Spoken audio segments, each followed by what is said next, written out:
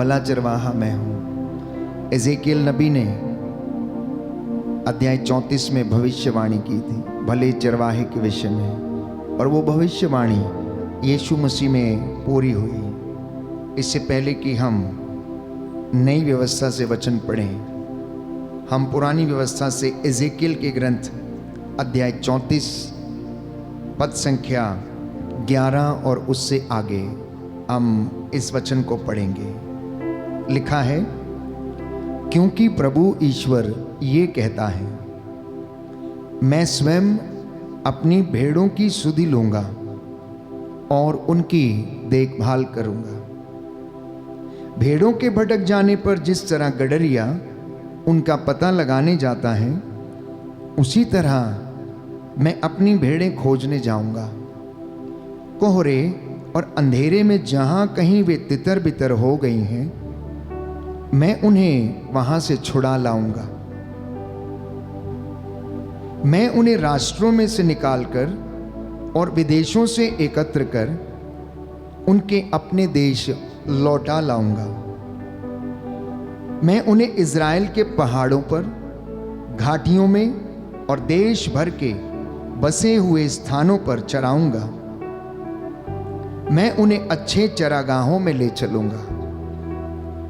वे Israel के पर्वतों पर चरेंगी, वहां वे अच्छे चरागाहों में विश्राम करेंगी और इज़राइल के पर्वतों की हरी भरी भूमि में चरेंगी।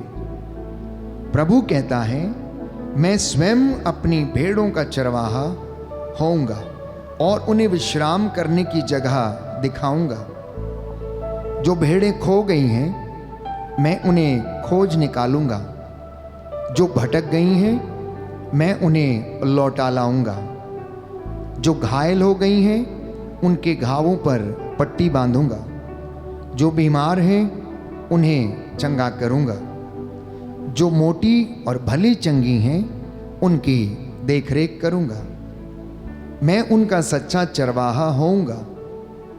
मेरी भेड़ों, तुम्हारे विषय में प्रभु ईश्वर ये कहता है, मैं एक एक करके भेड़ों, मेढ़ों और बकरों का सबका न्याय करूंगा।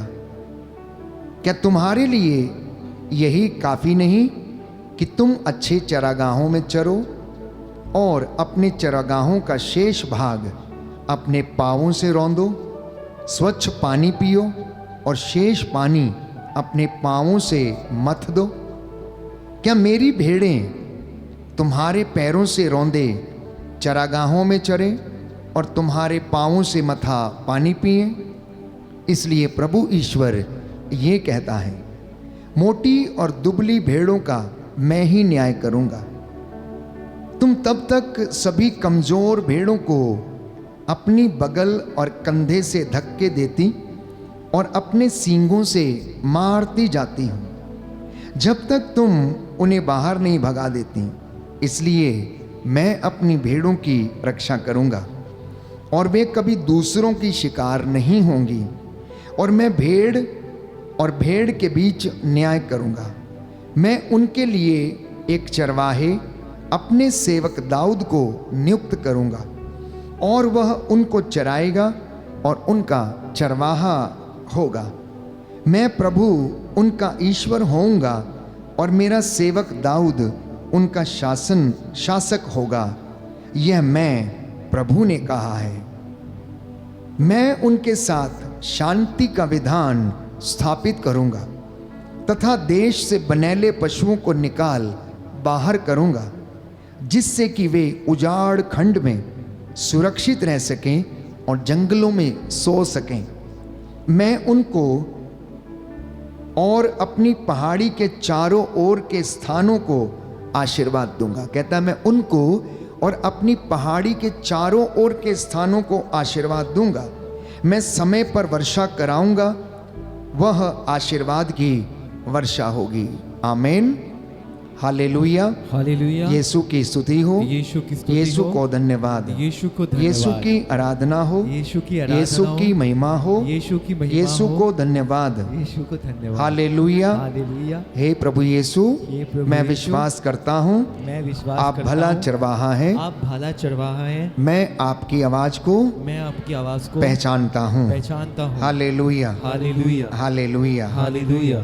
तो प्रियजनों, एजेकियल नबी के ग्रंथ में ईश्वर ने ये एजेकियल के द्वारा भविष्यवाणी की और इजराइलियों को ये बताने का प्रयास किया कि मैं सच्चा चरवाहा हूं। एक गडरिया जैसे अपनी भेड़ की रक्षा करता है, रखवाली करता है। आप में से बहुतों के घर में पेट एनिमल्स हैं।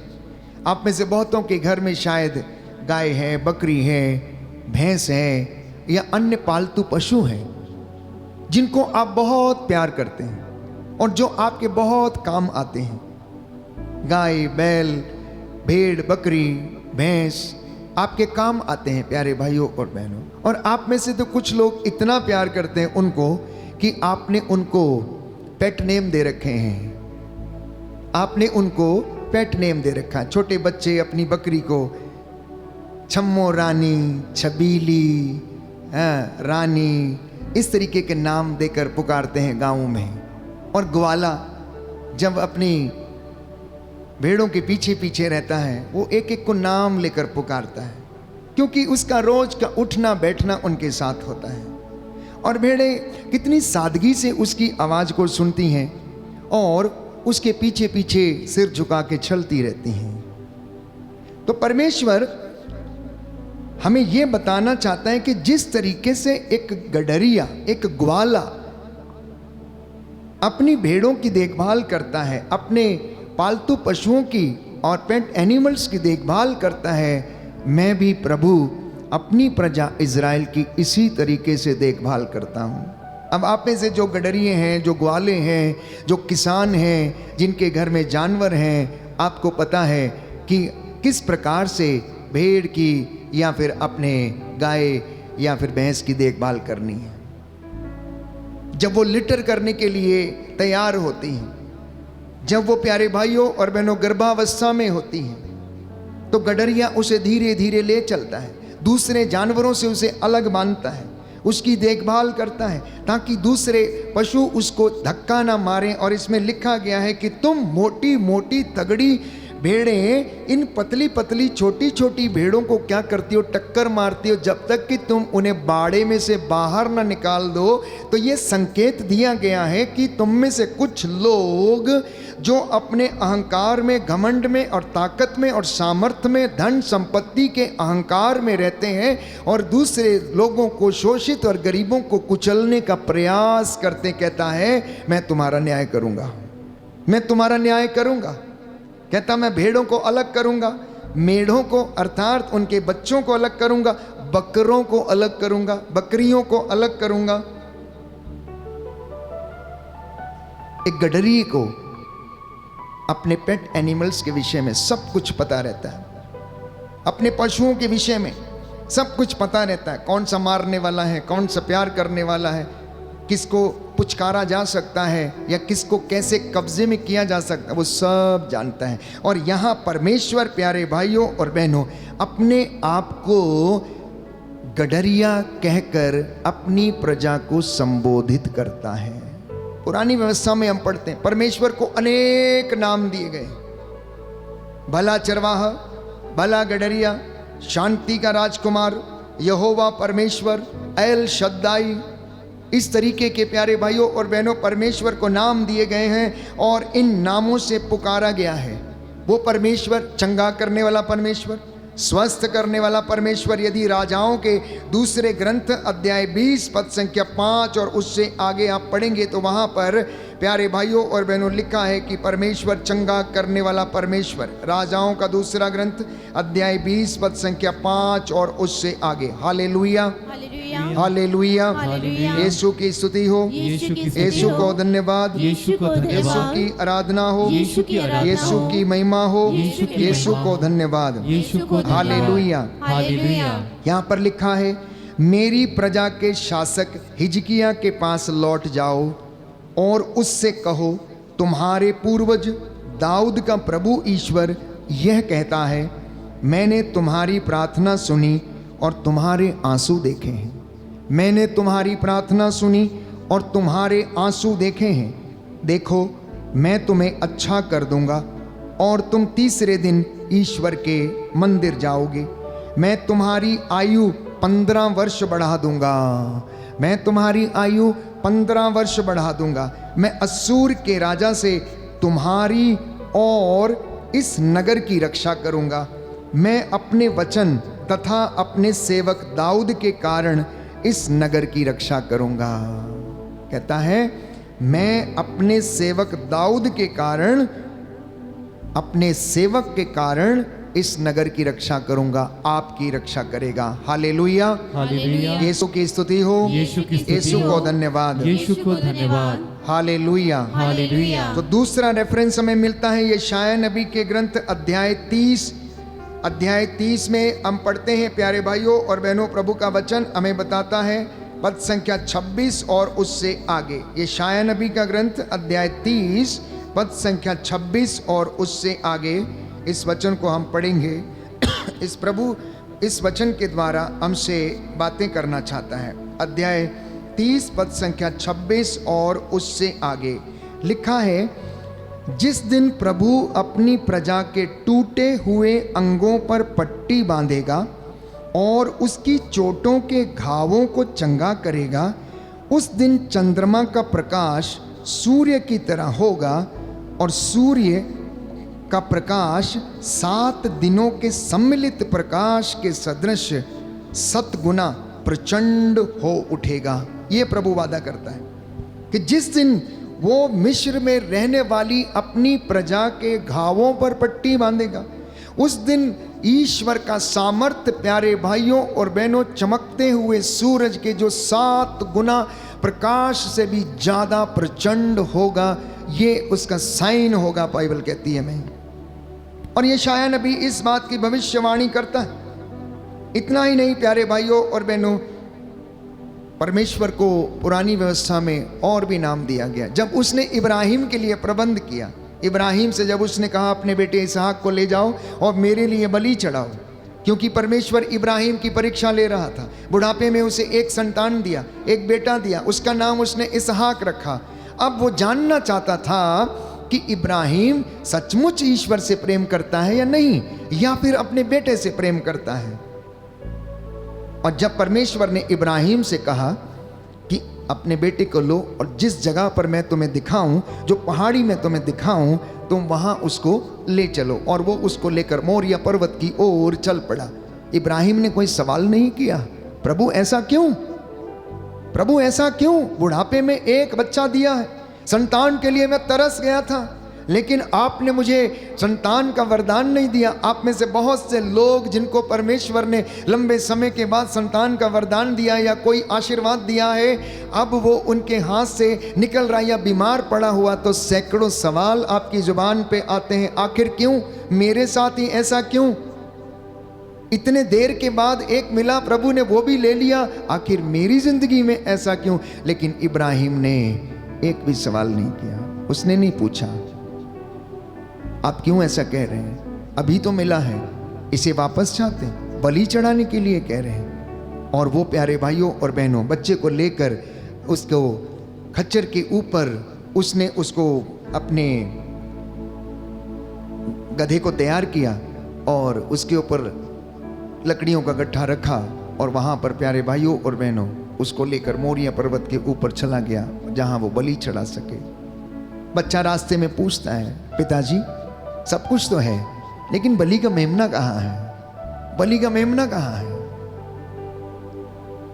प्यारे भाइयों और बहनों, शायद आप में से और मुझ में से कोई ऐसा व्यक्ति होता जिससे परमेश्वर ये कह रहा है कि अपने बेटे को मेरे लिए कुर्बान कर दो, तो शायद हम 100 सवाल करते और रेडी ना होते, तैयार ना होते। लेकिन इब्राहिम कहता है, कोई बात नहीं बेटा, ईश्वर प्रबंध करेगा, ईश्वर प्रबंध करेगा। उसने बच्चे के हाथों को बांधा, पैरों को बांधा और उन लकड़ियों को सजाया, उसके ऊपर लिटा दिया और एक बड़ा सा छुरा लेकर उसका उसको बलि देने की कोशिश की। जैसे ही वो हाथ उठा रहा था, बाइबल कहती है प्यारे भाई और बहनों, उत्पत्ति ग्रंथ में हम पढ़ते हैं कि ईश्वर ने उसे पुकारा, इब्राहिम इब्राहिम, मैं जान गया हूँ कि तुम मुझसे बेइंतहा मोहब्बत करते हो, तुम मुझसे बेइंतहा प्यार करते हो, तुम अपने बेटे को भी कुर्बान करने के लिए तुम हिचके नहीं, तुम उसे मेरे लिए कुर्बान करने के लिए तैयार हो गए। मैं तुमसे अत्यंत प्रसन्न हूँ, मैं खुश हूँ। इसलिए बच्चे पर हाथ मत उठाना, बच्चे पर हाथ मत उठाना। और उसके थोड़ी ही देर के बाद प्यारे भाइयों और बहनों, इब्राहिम ने देखा कि एक छोटा मेमना जिसके सींग कांटों में और झाड़ियों में फंसे हुए हैं, इब्राहिम उसको गया, उसको झाड़ियों से निकालकर, कांटों से निकालकर उसको उस बलि वेदी पर उसने रखा और ईश्वर के लिए उसे बलिदान अर्पित कर दिया। और इब्राहिम ने उस जगह का नाम रखा प्रबंध करने वाला ईश्वर। प्रभु प्रबंध करता है। उस पहाड़ी का नाम रखा प्रभु प्रबंध करता है अपने दासों के लिए, अपने सेवकों के लिए। तो ईश्वर को पुराने व्यवस्थान में इस नाम से भी पुकारा गया है। कौन कौन सा नाम? भला चरवाहा, भला गडरिया, चंगा करने वाला ईश्वर, स्वास्थ्य प्रदान करने वाला ईश्वर, प्रबंध करने वाला ईश्वर और शांति का राजकुमार। शांति का राजकुमार उसे कहकर पुकारा गया है।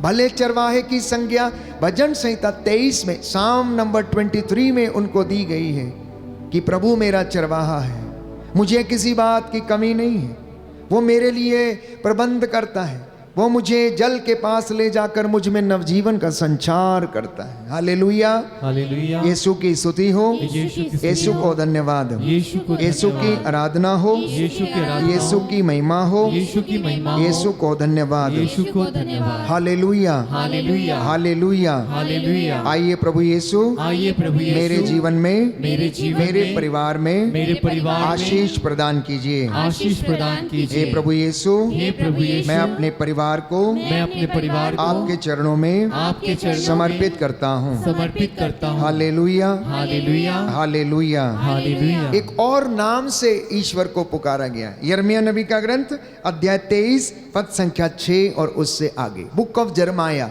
Chapter 23 verse 6। Book of Jeremiah chapter 23 verse 6। उसके राज्यकाल में यूदा का उद्धार होगा और इज़राइल सुरक्षित रहेगा। उसके राज्यकाल में यूदा का उद्धार होगा और इज़राइल सुरक्षित रहेगा और उसका यह नाम रखा जाएगा, प्रभु ही हमारी धार्मिकता है। प्रभु हमारी धार्मिकता है, ये संज्ञा दी गई है प्यारे भाइयों और बहनों। इतना ही नहीं, परमेश्वर ने स्वयं अपने नाम को जाहिर किया। विधि विवरण ग्रंथ में हम पढ़ते हैं अध्याय 6 पद संख्या 4 और उससे आगे कि परमेश्वर अपने नाम को जाहिर करता है। विधि विवरण ग्रंथ अध्याय 6 पद संख्या 4 और उससे आगे सुंदर वचन है। Hallelujah, hallelujah. यीशु की स्तुति हो, यीशु की स्तुति यीशु हो, को धन्यवाद, यीशु को धन्यवाद, यीशु की आराधना हो, यीशु की आराधना यीशु हो, की महिमा हो, यीशु की महिमा यीशु हो, को धन्यवाद। यीशु को धन्यवाद। Hallelujah, hallelujah, hallelujah. हालेलुया। लिखा है, इज़राइल सुनो, हमारा प्रभु ईश्वर एकमात्र प्रभु है। तुम अपने प्रभु ईश्वर को अपने सारे हृदय और अपनी सारी आत्मा से और अपनी सारी शक्ति से प्यार करो। और निर्गमन ग्रंथ अध्याय 3 पद संख्या 14 में, जहाँ पर प्रभु का वचन हमें बताता है कि उसने मूसा को अपना नाम व्यक्त किया और उससे कहा कि मेरा नाम सत्य है। मेरा नाम क्या है? मेरा नाम सत्य है। मूसा ने कहा तो फिर मुझे अपनी महिमा दिखा। बोला नहीं, तू मेरी महिमा नहीं देख सकता है, तू मेरा चेहरा नहीं देख सकता है। यदि तू मेरा चेहरा देख लेगा तो तू भस्म हो जाएगा, तू भस्म हो जाएगा। प्यारे भाइयों और बहनों, और ईश्वर ने उससे कहा कि मैं तेरे सामने से निकलूंगा और तू मेरी पीठ के दर्शन कर सकेगा। और ऐसा ही हुआ। लिखा है यहाँ पर ईश्वर का नाम। मूसा ने झाड़ी में से प्रभु की वाणी सुनकर उससे कहा, जब मैं इज़राइलियों के पास पहुंचकर उनसे यह कहूँगा, तुम्हारे पूर्वजों के ईश्वर ने मुझे तुम्हारे पास भेजा है और वे मुझसे पूछेंगे कि उसका नाम क्या है, तो मैं उन्हें क्या उत्तर दूंगा। मूसा ईश्वर से सवाल करता है, ईश्वर से सवाल करता, मैं उन्हें क्या बताऊंगा कि मैं किससे मिल के आया हूं, किससे बात करके आया हूं, किसने मुझे भेजा है। तो लिखा है, ईश्वर ने मूसा से कहा, ईश्वर ने मूसा से कहा, मेरा नाम सत्य है, मेरा नाम सत्य है। उसने फिर कहा, तुम इज़राइलियों को यह उत्तर दोगे, जिसका नाम सत्य है उसी ने मुझे भेजा है, जिसका नाम सत्य है उसी ने मुझे भेजा है। तो प्रियजनों, आज का ये वचन आपको संदेश के रूप में और शिक्षा के रूप में सुनाया जा रहा है कि जिस परमेश्वर की हम आराधना करते हैं, यहोवा परमेश्वर की, पुरानी व्यवस्था में उसको अनेक नामों से पुकारा गया है, लेकिन उसका वास्तविक नाम, असली अर्थ जो स्वयं उसने कहा वो है, मेरा नाम सत्य है। और मूसा से उससे कहा कि जब तुम लोगों के पास जाओ तो ये कहना कि जिसका नाम सत्य है उसने मुझे भेजा है, जिसका नाम सत्य है आज उसने मुझे अपने दास को आप लोगों से ये बातचीत करने के लिए भेजा है कि यहोवा परमेश्वर, एल शद्दाई, सेनाओं का यहोवा, प्रबंध करने वाला ईश्वर, उद्धारक ईश्वर, शांति का राजकुमार, अपनी भेड़ों का चरवाहा, अपनी भेड़ों का गडरिया, उनकी देखभाल करने वाला परमेश्वर ये कहता है, मैं पवित्र हूं, तो इसलिए तुम मेरे लिए पवित्र बनो। तुम्हारी धार्मिकता तुम्हारे आगे आगे चले और मेरी महिमा तुम्हारे पीछे पीछे आएगी। हालेलुया, यीशु की स्तुति हो, यीशु को धन्यवाद, यीशु की आराधना हो, यीशु की महिमा हो, यीशु को धन्यवाद। हे प्रभु यीशु, मुझे अपने जीवन में शांति प्रदान कीजिए, आशीर्वाद प्रदान कीजिए। Hallelujah, hallelujah.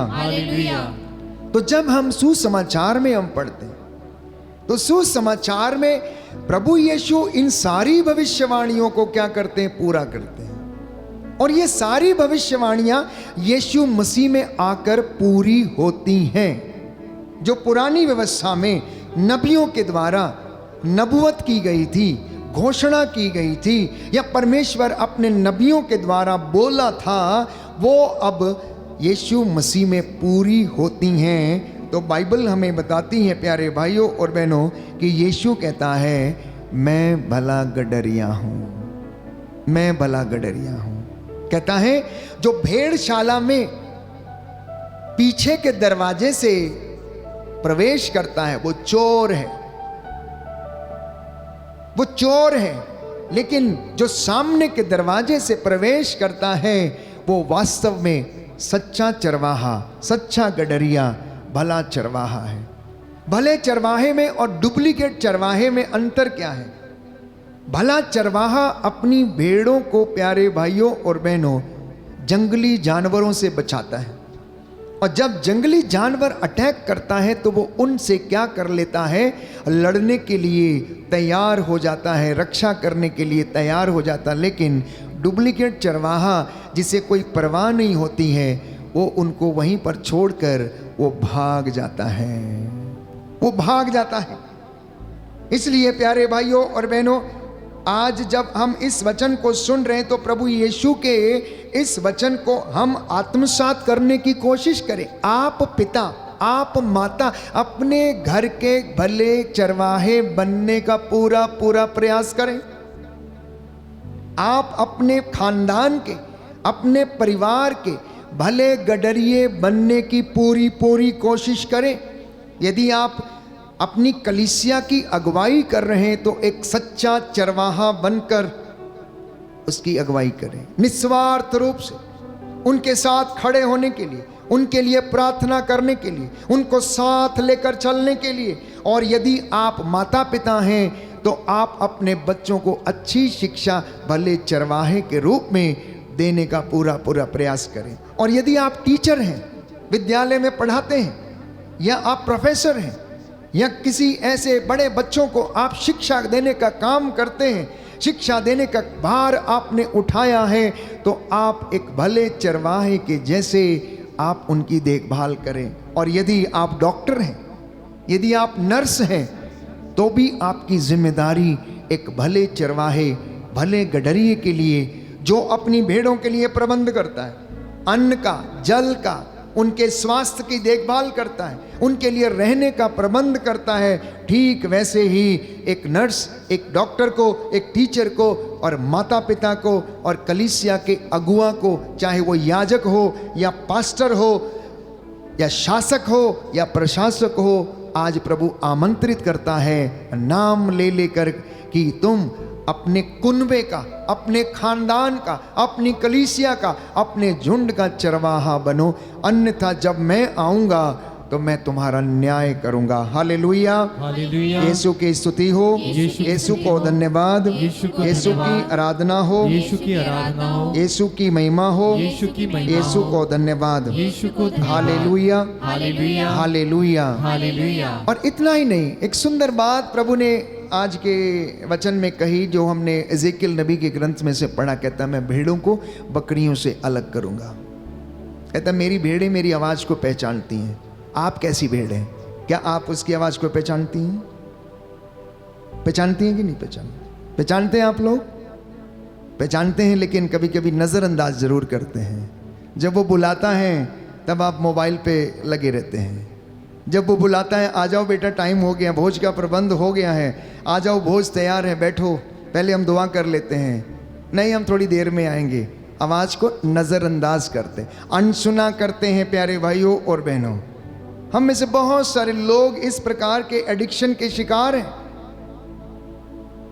तो कहता है कि कुछ ऐसे हैं जो बहुत चतुर हैं, कुछ ऐसे हैं तो बहुत मरखन्ने हैं। मरखन्ने जो जानवरों, आपके घर में जो जानवर है, मरखन्ना जानवर उसको बोलते हैं, मारने वाला जानवर, सींग से दूसरे बकरी को या बैल को या भेड़ को या भैंस को मार के बाड़े से अलग करता, खुद ही वहाँ पर रहना चाहता है, खुद ही वहाँ पर अधिकार जमाना चाहता है। कहता मैं उनको भी अलग करूँगा, भेड़ों को बकरियों से अलग कर दूंगा। खासियत क्या है? खासियत क्या है? भेड़ और बकरी। आज प्रभु जानना चाहता है कि आप उसकी भेड़ हो या आप उसकी बकरी हो। भेड़ का गुण क्या है? भेड़ बोलती कैसे? भेड़ बोलती है वे वे वे। बकरी क्या करती? मैं। मतलब बकरी कहती है मैं ही हूं, बस मैं ही धर्मी हूं, मैं ही उपवास करता हूं, मैं ही प्रार्थना करता हूं, मेरे जैसा कोई नहीं, मेरे जैसा कोई हो ही नहीं सकता, बस मैं ही, मुझे ही करना है, मुझे ही खाना पकाना है, मेरा ही काम है, झाड़ू पोछा लगाना, मैं ही सब कुछ काम करती हूँ। ये तो कुछ करते ही नहीं है, ये तो बेकार हैं, ये तो पलंग तोड़ते हैं बैठ के, ये तो आ गए घर से बाहर से घर खाने के लिए। ये मैं की आदत है। भेड़ क्या कहती है? बस वो ही है, वो ही है, वो ही देने वाला है, वो ही खिलाने वाला है, वो ही पिलाने वाला है, वे उसके पीछे जाएंगे हम, उसी के पीछे चले जाएंगे हम, वो ही हमको देगा, वो ही हमारे लिए प्रबंध करेगा। अब बताइए, अब बताइए, आप भेड़ हैं या बकरी हैं? दूसरी खासियत, भेड़ हमेशा चरवाहे के पीछे जाती है, सिर झुकाकर वो उसके पीछे पीछे जाती, उसकी आज्ञा का पालन करती है, उसके नक्शे कदम पे चलती है, उसके पैरों के पद चिन्हों को फॉलो करती है और जाती रहती है। बकरी की खासियत क्या है? डंडा लेकर ग्वाला बकरी के झुंड के पीछे रहता है। चलो गिरजे, चलो गिरजे, चलो गिरजे, टाइम हो गया, टाइम हो गया, सो के उठ जाओ, साधना लगी है, आ जाओ, तैयार हो जाओ। कुछ लोग कहते हैं जो बकरियां हैं, हमें नहीं जाना, तुम ही चली जाओ, तुम ही चली जाओ, टाइम नहीं हुआ है, हम सोएंगे, आज ही का दिन है, संडे ही तो है, छुट्टी है, तुम्हें जाना है तो जाओ, अगले संडे चले जाएंगे। ये बकरियों की आदत है। घर में कुछ कुछ बकरियां भी होती हैं जो इस तरीके का व्यवहार करती हैं। प्यारे भाई और बहनों, हंसने की बात नहीं, मजाक की बात नहीं, अंदाज मजाकिया भले ही हो सकता है। यीशु ने भी ऐसा लोगों के साथ किया होगा। यीशु की जो शिक्षा थी इतनी गंभीर नहीं थी प्यारे भाई, और मैं समझता हूँ कि वो जरूर हंसी मजाक किया करते होंगे इसी तरीके से लोगों को समझाने के लिए। लोगों को समझाने के लिए। लेकिन अक्सर जब हम सुसमाचारों को पढ़ते हैं तो उनके जो दृष्टांत हैं बड़े गंभीर से लगते हैं, जो वाणी है बड़ी गंभीर सी लगती है, कुछ मजाकिया अंदाज नहीं है। लेकिन जब चेलों के साथ बैठते थे, बातचीत करते थे, या मित्रों के साथ बैठते थे, लाजर के घर जब जाते थे, ज़रूर इस तरीके से लोगों को वो समझाते थे। तो उसी अंदाज में मैं आपको समझाने का प्रयास कर रहा हूँ कि आप प्रभु से बोलना आज कि आप कौन हैं। क्या आप उसकी भेड़ हैं या बकरी हैं? क्या प्रभु को, आपको या घर के मुखिया को रोज आपको तैयार करना पड़ता है, चलो चलो चलो टाइम हो गया साधना का? या आपके अंदर प्रभु के लिए प्रेम है, या आप उसकी आवाज को सुनते हैं? प्यारे भाइयों और बहनों, सुबह सुबह समय पर यदि आप अपने पालतू पशु को चारा ना दें तो 4 बजे वो क्या करने लगता? पुकारने लगता है, बोलने लगता है। और उसकी आवाज से मालिक समझ जाता है, किसान समझ जाता है कि जानवर को चारा देने का समय हो गया है। ठीक यदि आप भी भोर के समय उठकर उसे पुकारेंगे तो परमेश्वर जान जाता है कि मेरी भेड़ को क्या देने का? आशीष देने का समय हो गया। इसलिए वो प्रातः की बेला में आशीर्वाद देने के लिए तैयार रहता है, तैयार रहता है। भेड़ और बकरी की दूसरी बड़ी खासियत, भेड़ बड़ी ज्यादा सबमिसिव होती है, विनम्र होती है, और बकरी बड़ी चालाक और बड़ी चतुर होती है। दूसरों का नुकसान करने में 1 नंबर है। मार्ग में चलते चलते अगर किसी का कोई भी हरा पेड़ दिखा तो प्यारे भाइयों और बहनों उसके ऊपर टांग उठाकर चढ़ेगी और पूरे पत्ते उसके खा लेगी। बकरी कभी भी झुंड में नहीं चलती, लेकिन भेड़ हमेशा झुंड में चलती है। भेड़ हमेशा ग्रुप में रहती है, वो भटकना नहीं चाहती।